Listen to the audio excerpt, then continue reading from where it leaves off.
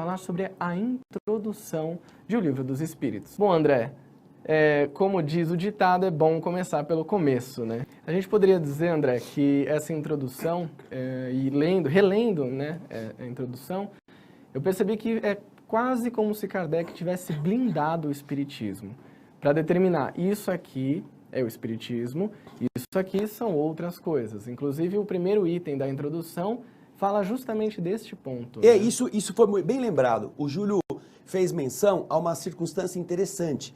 Mas, veja só, essa é uma visão que a gente tem hoje, depois de quase 160 anos de publicação do Livro dos Espíritos. Mas a preocupação de Kardec não era blindar a doutrina espírita, como nós poderemos, como o Júlio fez com muita razão, interpretar agora. Kardec, ele estaria iniciando uma nova ciência. E como iniciador de uma nova ciência, ele criou aquilo que é fundamental para uma ciência, Sim. que são as bases, que são os elementos primordiais para não confundi-la com outras ideias que já existiam naquela época. Exatamente. E no nosso primeiro slide de hoje, vocês poderão nos acompanhar, vocês vão ver aqui na geral também aparecer o nosso primeiro slide. Nós colocamos para vocês esta referência na introdução ao estudo da doutrina espírita. Você vê uma margarida. Margarida é flor. Existem mulheres que se chamam margaridas, mas podemos chamá-las de flores também. E nesse caso, com essa imagem, está claro que é Que a flor, né? É a flor. Margarida é flor, mas nem toda flor é margarida. Ou seja, margarida é uma coisa que está inserida no contexto das diversas flores que existem.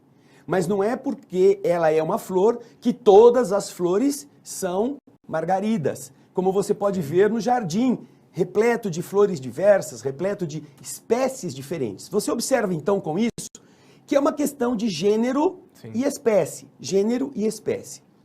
E isso está enraizado logo no primeiro item da introdução.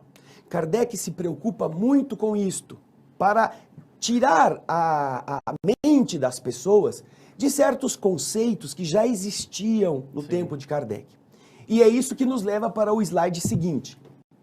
Acompanhe o texto que vem logo a seguir. A diferença de espiritualismo e espiritismo. Logo no primeiro item, como eu disse antes, Kardec coloca para o estudioso, para aquele que vai ter acesso ao primeiro conceito, por que mais um livro sobre espiritualismo? Não, Kardec não diz isto, ao contrário. Kardec coloca no item 1 a expressão, inclusive, que ele diz, para coisas novas, palavras novas. Já existem palavras que dizem respeito ao espiritual, ao espiritualista, ao espiritualismo. E você está vendo no texto o que era, segundo Kardec explica, essa ideia, essa abrangência. Espiritual, espiritualista e espiritualismo é a crença na existência e na sobrevivência do espírito, daquele que é o ser que pensa. É o oposto ao materialismo. Por isso, vejam só, católicos, evangélicos, budistas, maometanos, enfim, os religiosos, de um modo geral, todos eles são espiritualistas. Todos acreditam no espírito, Sim. Todos sabem que a matéria não é tudo, não é o fim, eles então propugnam isto. Agora, isto é diferente de espiritismo. E é aí que Kardec entra para criar essa diferenciação. Isso. Como que ele vai explicar que não é a mesma coisa? Se ele não inventasse um termo diferente. Se ele chamasse o espiritismo de espiritualismo genérico. Como diferenciá-lo dos outros que são, Sim. como nós vimos, existentes, reais, mas ao mesmo tempo tão diferentes entre si? Ninguém pode imaginar que o budismo é igual ao catolicismo. Sim. Que o maometano também, o que acredita em Maomé, é igual ao que propugna o evangélico. Todos são espiritualistas, mas são diferentes. Então, para mostrar que Kardec estava criando uma nova forma de... criando não, né? Ele estava trazendo, codificando uma nova forma de ver a espiritualidade. O que ele faz? No próximo slide, ele explica por que ele deu este nome, Espiritismo. Veja só, no texto que você vai ler aí também na tela da sua TV, está a definição. Espiritismo é a palavra criada por Allan Kardec para designar algo que é mais específico do que o espiritualismo.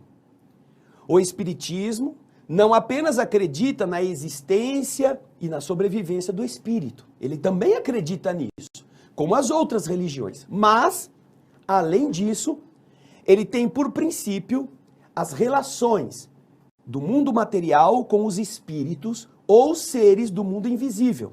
Então, a doutrina espírita não apenas acredita que o espírito sobrevive, mas ela diz: os espíritos não só sobrevivem, como eles também se comunicam, como eles também interferem, como eles recebem a influência dos vivos no mundo deles. Esta relação não existe de forma tão clara nas outras formas de espiritualismo. Nós poderíamos dizer, inclusive, que ali Kardec pontua que a relação é de lá para cá e daqui para lá, porque a gente tem um acesso também a esse mundo espiritual, como ele teve para trazer o Livro dos Espíritos até nós. Perfeitamente. Né? E esse acesso, nas outras formas de espiritualismo, não está claro. Apenas eles dizem: depois que o corpo morre, alguma coisa vai para o céu. Sim. Mas eles não explicam que coisa é essa, para onde vai, como se relaciona. E alguns, inclusive, dizem que depois que foi para o lado de lá, não tem mais como voltar a comunicar-se com quem ficou na Terra. Inclusive, falando que se voltar seria no mesmo corpo.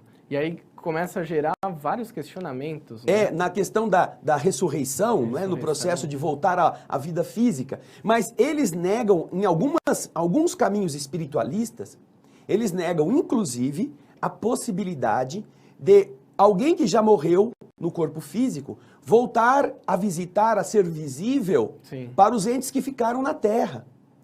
Alguns, inclusive, dizem que isso é coisa do capeta, o capeta que faz isso, ele que se disfarça do ancestral, para vocês verem como era difícil conciliar coisas que são parecidas, mas que são muito diferentes. Para evitar esse problema, Kardec é muito preciso, ele cria um novo termo, ou seja, o espiritismo, ele é espécie do gênero espiritualismo. Sim. Mas ele se caracteriza não apenas por acreditar que a alma sobreviva, mas também porque a alma se comunica, o encarnado que está aqui pode comunicar-se com ela, se torna visível, pode interferir na vida física e pode receber a interferência do que ficou na Terra no mundo em que a alma se encontra.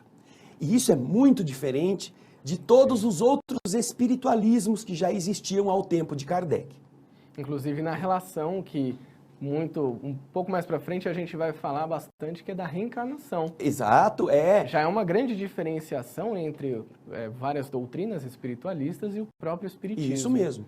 É fundamental essa compreensão desta base. É esse o alicerce primeiro, para que nós possamos entender que muitas vezes a gente vê escrito na fachada de certos lugares, não sei o que lá, espírita fulano de tal, mas ali não está o espiritismo. Exatamente. Está espiritualismo. É diferente. É diferente espiritismo do espiritualismo. Pode colocar aqui a geral, olha, o espiritismo é uma palavra criada por Allan Kardec para designar algo que é mais específico do que o espiritualismo. Ele não apenas acredita na existência e na sobrevivência do espírito, mas, além disso, tem como princípio as relações, as interrelações, a interferência do mundo material e do mundo espiritual entre si. Ambos se interpenetram. Não é mais uma coisa assim fluida, difusa, perdida. Não. Existem estas formas de relacionamento que, em geral, nas outras relações espiritualistas, em outras formas de entender o espiritualismo, isso não acontece. Inclusive, a gente poderia falar que é uma passagem só de ida. Isso, é uma passagem só de ida, e é isso que às vezes, Júlio, frustra o adepto de outras religiões espiritualistas, porque uma pessoa que ama perdidamente um ser que viu nascer, que ajudou a crescer, e que de repente este ser morre, o fato de ele ir para um outro lugar, no qual nós não tenhamos como acessá-lo, nem ele nos acessar, é quase deixar de existir. Sim. Se nós vamos aqui viajar para um lugar distante, ainda nós temos toda a tecnologia, todo o telefone, carta, temos os meios da internet para nos acessarmos todos os dias. Imagina, na Terra nós fazemos isso. Vocês estão aí, Juiz de Fora, países europeus, países americanos, outras cidades do Brasil, estamos nos vendo aqui simultaneamente, ao mesmo tempo. Imagina, perdeu um filho, morreu a esposa, o marido, foi um ente querido para o outro lado, você não tem mais como estar com ele, nunca mais. Que estranho isso. Perde as esperanças, né? Por este motivo, no próximo slide, nós vamos colocar para você ver, veja só, dessa forma, nós podemos dizer que todo espírita, toda pessoa que se diz espírita, é espiritualista também. Porque ele acredita na sobrevivência do espírito em relação à matéria. Mas nem todo espiritualista é espírita. Porque ele pode ser adepto de um outro espiritualismo, como o católico, o evangélico, o muçulmano, não é? São estas diferenciações que Kardec faz realçar no item 1º da introdução. E isso é bom que nós percebamos, porque muitas pessoas, elas confundem espiritualismo com espiritismo. Sim. E tem éticas que são inadequadas. Tem posturas diante das realidades do mundo invisível que não são próprias do espiritismo. E isto, às vezes, confunde a mente da pessoa. Você que está em casa, às vezes ouve falar, ele é espiritualista. Sim, então ele é do centro? Não. O católico é espiritualista e não vai no centro espírita. Ou não vai ao centro espírita para exercer a sua fé, ele vai na igreja. Sim. Não é? Então, estas são coisas que às vezes confundem. Espiritual, espiritualidade. Isso não quer dizer necessariamente que seja espiritismo.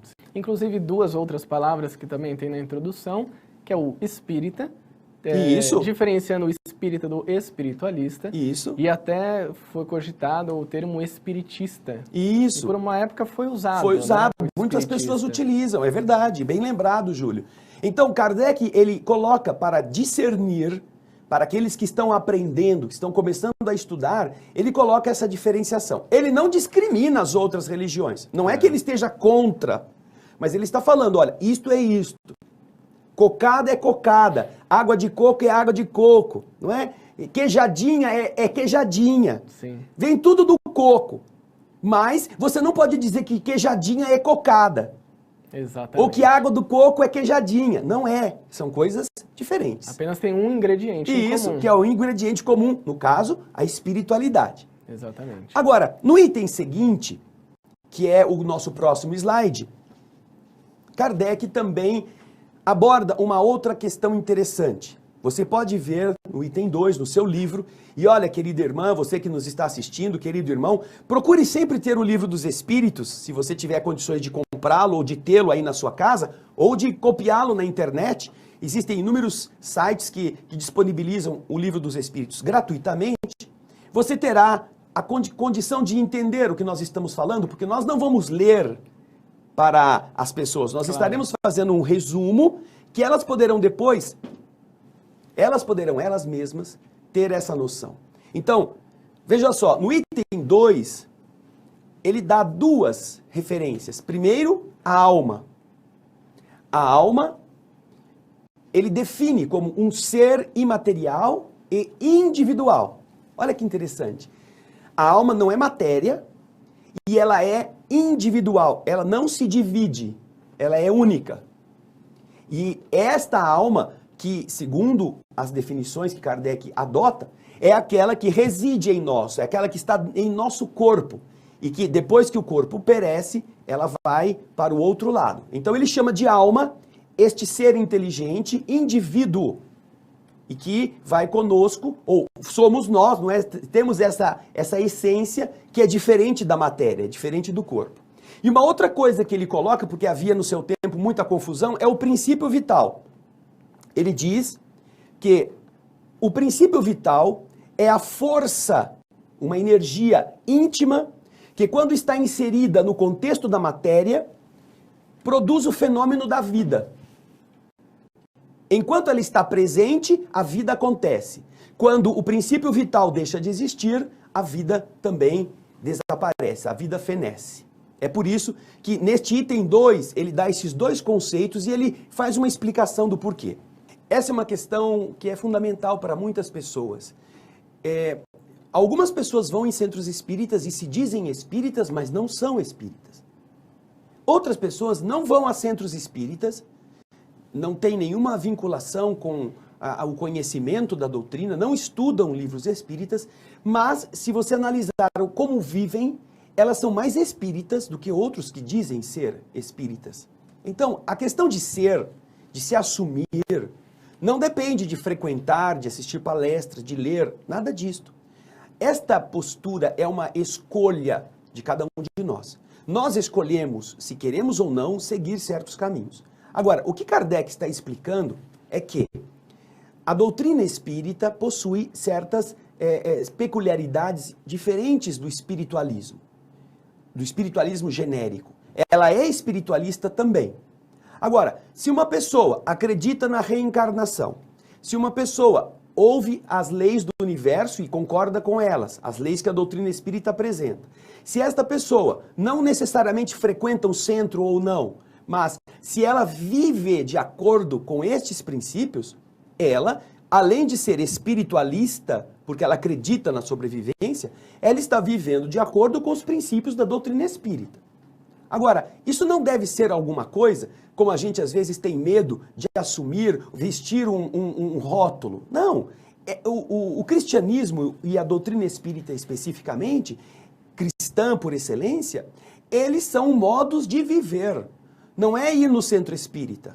Porque ir no centro espírita não significa que a pessoa esteja vivendo de acordo com o que o espiritismo pede, ou o que o cristianismo pede. Quantas pessoas vão à igreja católica e não são católicos?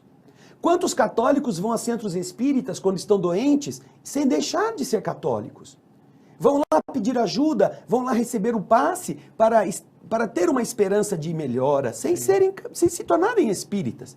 Não é um problema de natureza comportamental. Ser ou não ser adepto do espiritismo é um problema de natureza mental. É a pessoa que aceita e vive de acordo, ela pode se dizer, não, eu sou espírita, mas não porque eu vou no centro. Uhum. Então, porque é uma questão de ligação da mente com a sua convicção. Então, se você acredita, você poderá não se dizer espírita, mas estar vivendo como tal. Não tem problema, Lúcio. Agora, o fato de ir no centro espírita assistir palestra não torna ninguém espírita. Exatamente. Só para tirar um pouquinho da sua dúvida rapidamente, antes de nós voltarmos para o tema, Kardec usa as duas palavras. No desenrolar do Livro dos Espíritos, ele vai explicar isso. Ele usa a palavra alma quando ele está se referindo a um espírito que está vivendo no corpo físico, está vivo na Terra. Todas as vezes que ele usa no Livro dos Espíritos a palavra alma, ele se refere a alguém encarnado, ou seja, é o espírito mais o corpo. Agora, quando ele está se referindo apenas ao ser que está no mundo invisível, sem o corpo físico, aí ele usa a terminologia espírito. Mas é a mesma coisa. A única diferenciação que o Livro dos Espíritos faz é esta. Alma, segundo Kardec, é aquele ser que está acoplado ao corpo físico, durante uma vida física. Enquanto que espírito, ele chama o ser que não está encarnado, que está no mundo chamado errático, no mundo da erraticidade, no mundo invisível, tá bom? Basicamente, essa é a diferenciação entre alma e espírito. É a mesma coisa, só que uma hora ela está encarnada, portanto ele chama de alma. E quando ela está desencarnada, ele chama de espírito. É a mesma coisa em contextos Exatamente, diferentes. isso mesmo, Júlio. Bacana. Então, André, dando continuidade... Vamos para o nosso próximo slide? Porque depois que Kardec colocou no item 2 essa questão explicando a diferença de alma e perispírito, ou o princípio vital, no item 3 ele começa a contar como é que a doutrina espírita acabou chegando à Terra. E nós já falamos isso nos nossos programas anteriores. Sim. Ele fala sobre as mesas girantes. Vocês estão vendo à esquerda do vídeo de vocês uma mesa que está de pé ou está inclinada sobre uma perna só. Estas mesas faziam estes movimentos e com esta única perna elas batiam, elas produziam ruídos, batiam no solo, respondendo perguntas. Depois de um certo tempo, as mesas começaram a girar, as reuniões foram se transformando e também vocês veem aí, essas duas são duas ilustrações da época em que estavam acontecendo esses fenômenos. La table tournante, a mesa que gira, a mesa que se movimenta, estas são referências que Kardec faz no item 3º da introdução, contando como este processo foi se desenrolando, chamando a atenção das pessoas para estudá-lo. Sim. Porque era uma coisa estranhíssima. Como é possível que um objeto sem músculo, sem nervo, sem vida, inerte, portanto, madeira morta, como é possível que ele se mexa? Pode ser que tenha alguém que está puxando um barbantinho, mas quando eles começaram a perceber que este fenômeno acontecia em toda a Europa, simultaneamente, em vários ambientes de todos os tipos sociais, não era possível que considerasse que apenas ali se reuniram estelionatários para dar golpes, em todos os lugares. Sim. Eles se certificavam se a mesa tinha algum movimento estranho, se tinha alguma coisa oculta que fizesse aquilo acontecer, e não acontecia nada, não havia nada de suspeito que desse a ideia de que estava havendo uma fraude.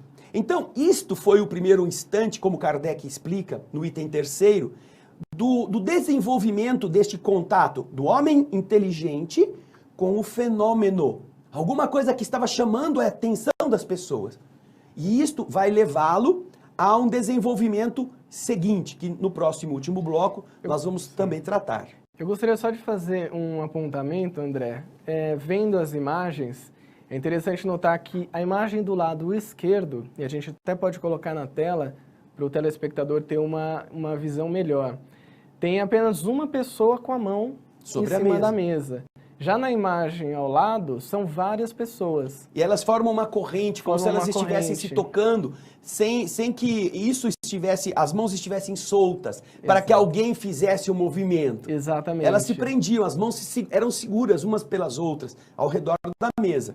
E seria também uma ligação entre elas. Segundo a ideia antiga, isto formaria uma corrente elétrica entre os corpos, não é? Essa era uma forma leiga de tratar deste assunto que a doutrina espírita depois vem esclarecer, que esta corrente não é pelo toque físico que ela se estrutura, é pela vibração e pela energia de todos os que estão em volta, com o mesmo objetivo. Então, Kardec vai perguntar isso para os espíritos e eles vão explicar o que é que está produzindo este fenômeno da corrente, não é? Sim. Mas o fenômeno acontecia, seja quando as pessoas estavam se tocando ou quando não se tocavam. A mesa se movia independentemente da ação física.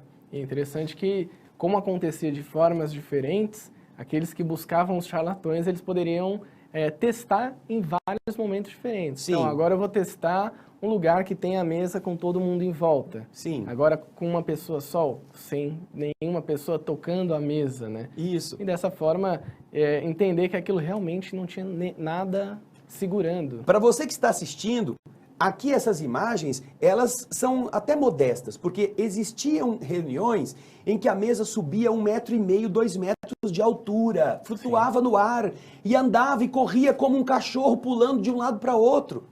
Era assim de assustar as pessoas da época. E então, obviamente, quanto mais rápido, mais exagerado era o movimento, mais difícil de explicá-lo, não é? Mais difícil para as pessoas entender como é que ele acontecia.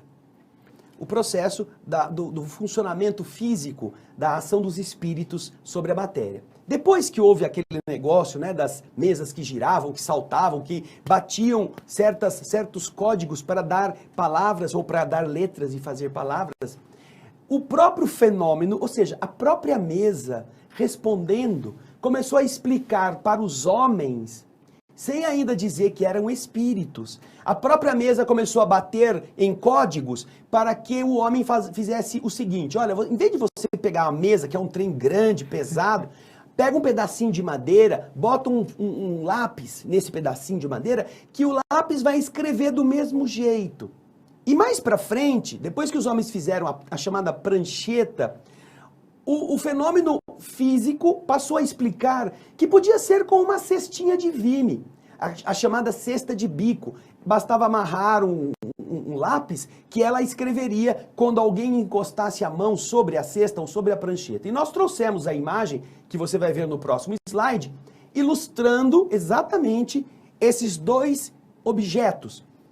Na doutrina espírita, muitas pessoas já ouviram falar da prancheta, mas não sabem como era. Vejam só, ela tinha duas rodinhas e a terceira era o lápis. Os médios apoiavam, as pessoas apoiavam as mãos, ainda não eram médios, né? Não sabiam que eram médios. Eles apoiavam as mãos e a prancheta começava a escrever, ou fazer o desenho sozinha. E ao lado, vocês estão vendo um desenho ilustrativo da cesta de bico. No bico estava o lápis. E na cestinha, longe, as pessoas tocavam e parece que a cesta ganhava uma vida. E então o lápis começava a escrever. Agora, o mais interessante é que nós vamos ver no próximo item, o último slide, nós vamos ver que este fenômeno, ele mesmo começou a explicar que de verdade a prancheta e a cesta eram simples apêndices. Sim. Apêndices que poderiam ser substituídos pela própria mão da pessoa. E é aí que começa, no item 5, como Kardec está explicando na introdução, o fenômeno que ficou conhecido depois pelo nome de apsicografia. O fenômeno que antes utilizava a prancheta, primeiro a mesa, depois a prancheta, depois a cesta de bico, passou a utilizar a mão da própria pessoa, segurando o lápis. A mão fazia o papel da cesta. E estas são as imagens que nós temos exatamente para, no item 5, Kardec explicar este fenômeno. Como que surgiu a psicografia, a escrita vinda do outro mundo, né? De entidades, de psiques diferentes da pessoa que está lá. E aí nós temos o movimento das mãos que traduzem as ideias que não são da pessoa, são dos espíritos. Então é muito interessante, você que está em casa, dar uma lida nos itens 1, 2, 3, 4 e 5, de forma calma, completa, porque nós não vamos ter como fazer isso aqui para aproveitarmos o tempo. E se já quiser ir para frente, não é, Júlio? Exatamente. Já pode ir para os itens seguintes que nós estaremos falando deles nos programas. Posso dizer a você, que esses processos demonstram uma evolução na mesa, para a prancheta, para a cesta, para a mão. E, obviamente, se você tem hoje capacidade de datilografar, não há por que os espíritos não utilizarem os recursos da tecnologia para, através do médium, que é capacitado para datilografar, ele transmitir a ideia, não é? Eu tenho a experiência pessoal de que os romances que foram escritos por meu intermédio pelo espírito Lúcio e outros espíritos, todos eles foram escritos diretamente no computador. Não usei caneta, não usei lápis. Por quê? Porque eles podiam fazer isso por meu intermédio, já que eu tinha conhecimento da digitação. Sim. Não havia problema. E até é muito mais rápido. Então, quanto a isso, não há nenhuma ruptura de regras. Porque os espíritos, eles são evolutivos, eles são progressistas. Eles querem que as pessoas usem da tecnologia pela melhor forma, do melhor modo, para que isso seja mais rápido. Então, não há problema nenhum nisso, não.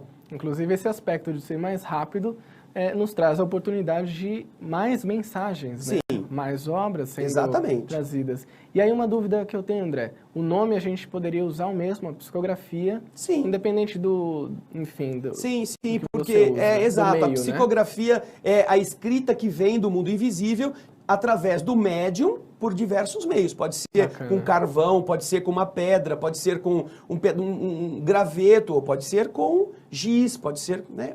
Então, essa é uma palavra que abarca todas essas formas de expressão.